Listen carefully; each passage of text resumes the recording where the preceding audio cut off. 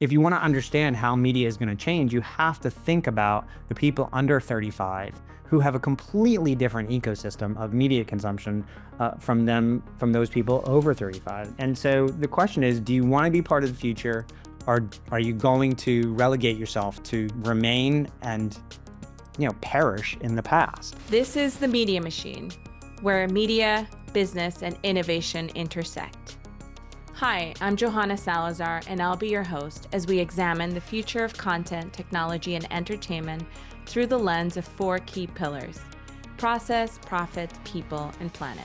Season 1 of The Media Machine has been an incredible journey. We've explored the future of content, technology, and storytelling through the voices of leaders, creators, and innovators who are shaping what's next.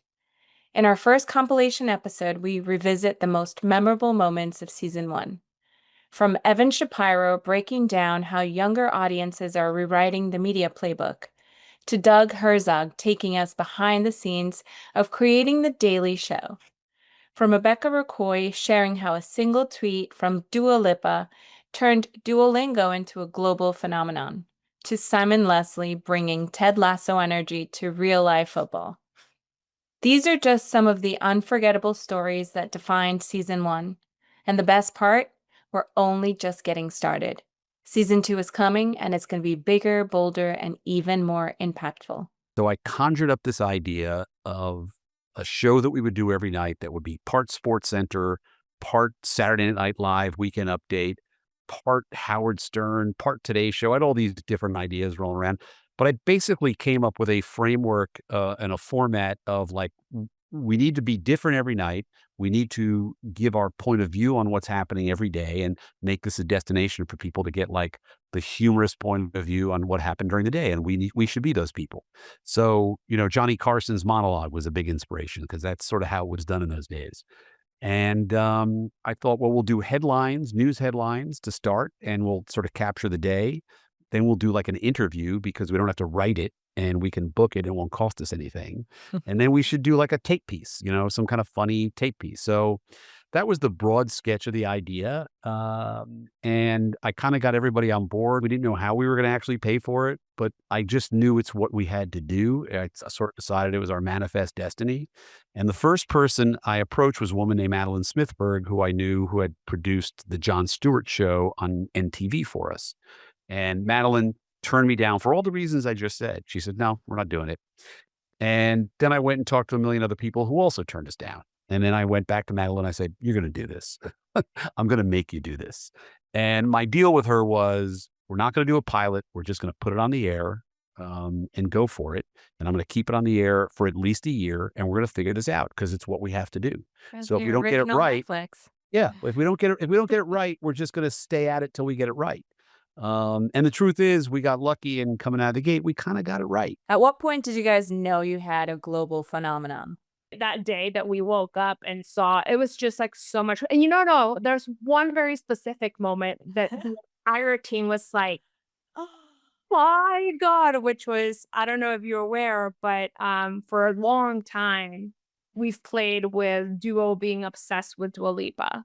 And for a really long time, we've tried to go to her concerts. We've even at some point even tried to do an official partnership of sorts. But of course, we don't have the budget for that. We don't really have big budgets. Everything that we do is organic. And so we couldn't do anything official.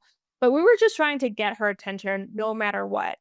And for the first time ever, Dua Lipa tweeted about Duo's death. And so the moment that we saw that tweet, we knew that okay, this is the biggest accomplishment that we could ever have. So much that the CEO brought into the office a cake to celebrate that finally Dua Lipa paid attention to us. Oh my God. If you search Simon Leslie, you will often find the real Ted Lasso. Tell me about that. What is going on? And also, welcome to Wrexham. When are we going to see Welcome to Eastbourne? Welcome to Eastbourne.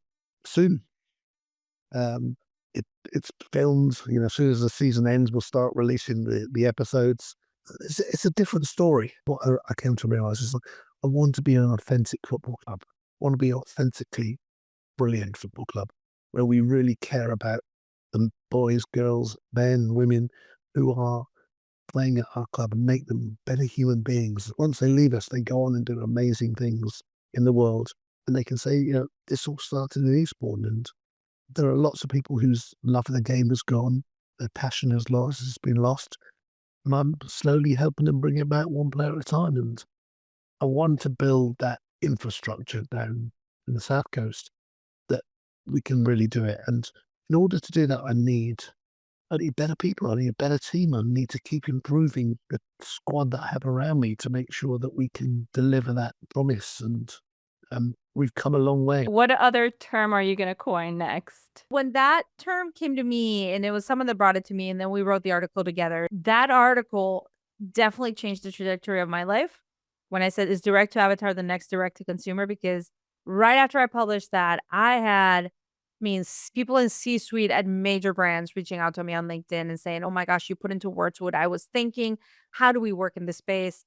I got to work with Ralph Lauren, with Nike, with Louis Vuitton, with Walmart. I introduced Walmart to Roblox. Now look at everything that they're doing. I built their first world in Roblox.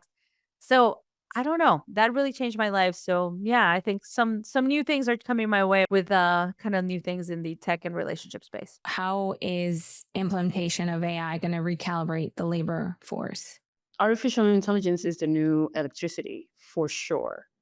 How it's going to impact the labor force, it's a fool's errand to predict the future, but I can tell you from what I see that it's going to transform the labor force in developed countries and in developing countries. Mm-hmm. It's already affecting white-collar workers. So, for example, writers, graphic designers, video editors, software developers. It's going to affect white-collar, high-paying jobs first, either by replacing them or by reducing the number of job openings that are needed to complete something. Mm-hmm. It's also going to provide businesses with the opportunity to scale quickly and cheaply. So that means fewer job opportunities. Another thing that I've read is that it's going to kind of eliminate the entry-level jobs, those, because you already have things like ChatGPT or Google Bard that can be interns, right? They can be the entry-level workers. They can be the interns. And so you eliminate that ladder for people to rise up in corporate. That's very transformational and very scary to think about it. Yeah. And we're seeing that. So people are saying that we're going to lose around 400 to 800 million jobs, but we're also going to be seeing new jobs being created, anywhere from 500 to 890 million jobs. So even though the numbers on the losses seem astronomical, on the upside, we do see some positive numbers on new jobs that will be created. Yes, there is that jobs are going to be lost, but then jobs are going to be gained. What we don't talk about is the transition period. What are your thoughts around AI, ChatGPT, and the writer's strike? AI exists. ChatGPT exists. There's going to be so many more platforms that will exist, writing assistant kind of things, or so to try to fight it at this point is I think a bit of a fool's errand. I think that the strategy should be more around how do we figure out to continue to make a living but live with it, and how to use it. It's so much easier to, at least for somebody like me, to imagine what the world's going to look like in 10 or 15 years when it comes to content. And in 10 or 15 years, let's just say 15 years from now, we'll have, I hope in the United States, we'll have full deployment of real 5G. And that pipe will be so freaking big. And there'll be so much room in that pipe to deliver stuff with edge computing and web, whatever it is. We'll have the ability to have a huge pipe that can fit a lot of data, that can do like experiences and games and content and whatever. we're going to need the help of AI to fill that pipe. So that's exciting. And so I think a writer 15 years from now will not only not be against AI helping them write, they're going to like want it, and they're going to want it to, to be even more robust. Mm-hmm. The problem is, how do people transition and continue to make a living between today and 15 years from now? You can't put AI back in the bottle. It's out. Mm-hmm. What do you believe are the challenges and potential risks associated with the future of content consumption? I think the challenge is covering all the bases. And it was easy when there were just the big three networks, right, that you had to push your message across. Now there are increasingly more touch points, and depending on the demographic that you're trying to target, they might actually be evenly spread across more places than you can engage with from a budgetary perspective. So I really think the challenge is making sure that you're mining your data properly to identify where you're going to get the most ROI. The risk, spreading yourself too thin. Spreading yourself too fat, or misinterpreting the data, quite honestly, and really spending too many resources on a place that's not delivering that ROI. You say a lot, whoever owns the interface owns the user. Unpack that. Okay, so for years there was no interface for TV, right? You turned it on, there was a dial, there was some channels. Once smart TVs came into play, people started there was an interface because you needed to sort of navigate. So Roku was really one of the first ones to sort of figure that out. And their interface looked, very much like a smartphone. Like it was a bunch of tiles, because it was invented at the time, or sort of was introduced at the time when there wasn't a whole lot on streaming, and people's use of streaming was very purposeful. In other words, there's a show on now I want to watch, Orange is the New Black on Netflix. What's the fastest way I can find it? But now that people, mostly start with streaming, all of the different television manufacturers all have their own operating system. There's a bunch of white label operating systems all around the world that sort of work with smaller manufacturers. And then there's Amazon, and Google has their Android system. There's a big CE manufacturers, Samsung, LG, Vizio in the US. And they all have their own operating system. And the operating system sort of does control everything. Like you turn on the TV and you go to the home screen. What do you see on the home screen? Well, that's not, people are always surprised us when I tell them it's about Spotify too. I'm like, it's not accidental. It's not like Spotify, thought, oh, Joanna will like this song. It's like, no, somebody paid. Not always, but enough. It's the same thing with Amazon. Like, it's not like nice Mr. Bezos knows that I like the Giants. He's going to put it's like, no, someone paid. And it's the same thing with TV, where, different TV companies, whether it's Netflix or Hulu or NBC, will have their shows, front and center when you come on. They'll recommend them to people, and they sort of have to find a way. And then it also matters, what order everything is in, whoever controls the interface, what apps show up, how frequently they get updated, what promotions you run. So there's a lot of control over that. And it's a huge battle over the OS, and just even like a half percentage point can be worth billions. So, So who's winning? There won't be one winner. It's just there'll be a lot of winners, right? So in the US, Roku has a big market share, so does Samsung, but then everybody else, is not losing money either. Like, in other words, they all have a sizable enough market share. There's still a lot of white space in Europe, and especially in the global South, in Asia and Africa, just because there not that many people have TVs yet, and a lot of the smaller manufacturers there don't have an operating system yet. So there's a lot of space that people can sort of come in. And is it going to be these big global companies, these Korean and American companies, or is it going to be local companies? Again, that's that has to develop over the next couple of decades. Like I said, Netflix is now worth the combined value of Comcast, Disney, Fox, Paramount, and Disco Bros. So, and they're the only streaming platform that's truly profitable. Although, again, their accounting system helps that. But now that victory is kind of Pyrrhic. They're becoming just kind of TV, right? They've got football, they've got ads, all the things they said they would never do. They're turning into CBS. With a better interface. And that's fine, but it's going to be a much harder business moving forward for them than it's been. And that's why they're stopping reporting their subscriber numbers this quarter. The last quarter was the last time they'll ever report their subscriber numbers. And that to me was the end of the streaming wars. But I will differ from what you said. Yes, big tech is dominating the media universe, but the user is now in control. The user is now in complete control. 40% of new subscribers in any given month to the premium SVODs are people who have canceled prior. Yeah, And are churn, now churn, through churn. something, churn, serial churners. And some of that's not bad, but last year, all of streaming picked up around 175 million new subscribers and lost around 148 million subscribers. That's an 85% churn, right? That's just not sustainable.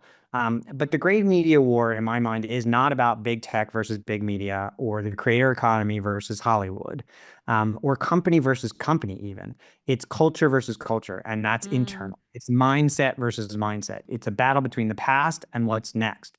It's a battle between wanting to just tweak the last business model and hope that that works, and building an entirely new plane while you're flying on the plane that you're on.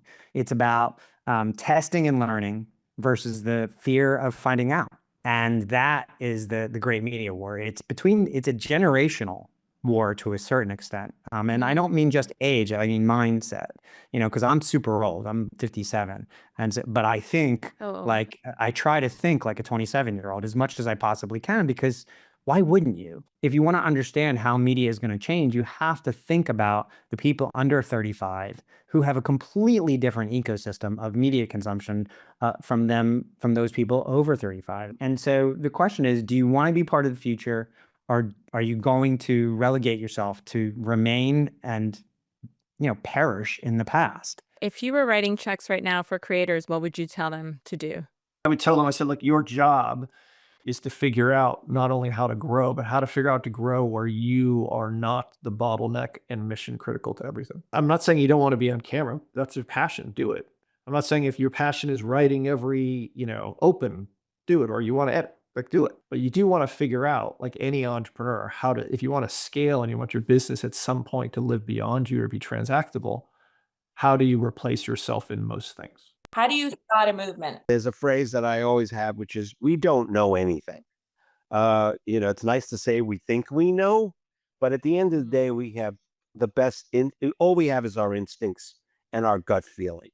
I know that when we were pitched a Rick and Morty or Adventure Time, or a regular show, it's just, first thing I look for is the creative team's excitement. At the end of the day, I look for the enthusiasm and the excitement from the creative team. Are they lit up on this idea? Next, do I believe that it has sustainability?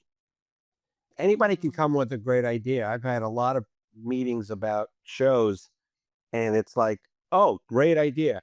What I, in the past, have always looked for is, where's it going to be season 2?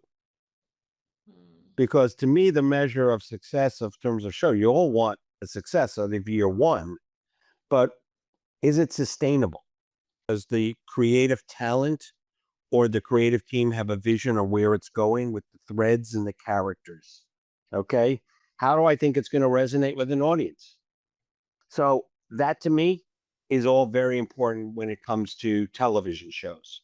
Tell us about that experience, and how did you come out of that? I've always heard people say everybody's one check away from being homeless. Well, I actually was. And I think for me, finding the things that I really wanted to do was my saving grace for getting out of that. Because I had a focus. My focus was, I get to go to this event, I get to go on air, and I'll worry about what needs to be worried about after I'm out of this, la la land, or not reality, so to speak. And then I think being homeless at the time was also a way for me to reflect back and say, girl, what are you doing? Because I didn't have to be. I could have went home. I could have went back to Louisiana where I'm from and stayed with my parents. So it was actually my choice for me. But that's because I wanted what I wanted so bad. I wanted to be in entertainment. I wanted to connect with people and through this way, through concerts and festivals in the city. I wanted it so bad that even if I was homeless, I was still gonna do it. So I think because I had that idea of I'm gonna go on air, I'm gonna still catch these buses, I'm gonna still go to these events, find a gym to go get dressed at, and do all of these different things, that I was already subconsciously making a plan to get out of homelessness, if that makes sense. So for me, yes, it was tough, but it was also too something necessary for me to go through so that I can look at life in a different way to say, I will never go back to that. And how can I make sure and ensure that anyone who may have been in my position know that there are resources available? That's why the radio station is so important. And what you're saying on air or any broadcast is so important because people who are listening to what you have to say may need that information. It may be all they have to hold on to for dear life or survival. So that has made it to where it's very important for me to understand that I did not go through homelessness for no reason. I went through that so that my lesson is that ensuring that no one ever has to experience what I did by providing resources, information, of what I can when I'm on air. We hope you enjoyed our selection of insightful and meaningful moments from season 1. Next week, we'll be dropping our compilation episode about AI and new tech. Thank you and see you next week. Thanks for listening to our show. Be sure to rate, review, and subscribe wherever you listen to podcasts. You can follow us at The Media Machine Podcast on YouTube, Instagram, TikTok, Facebook, and X. The Media Machine is hosted by Johanna Salazar. Our producers are Mia Vinciguerra and Johanna Salazar. This episode was edited by Adriana Saravia. This episode features music from Envato Elements. Thanks for listening.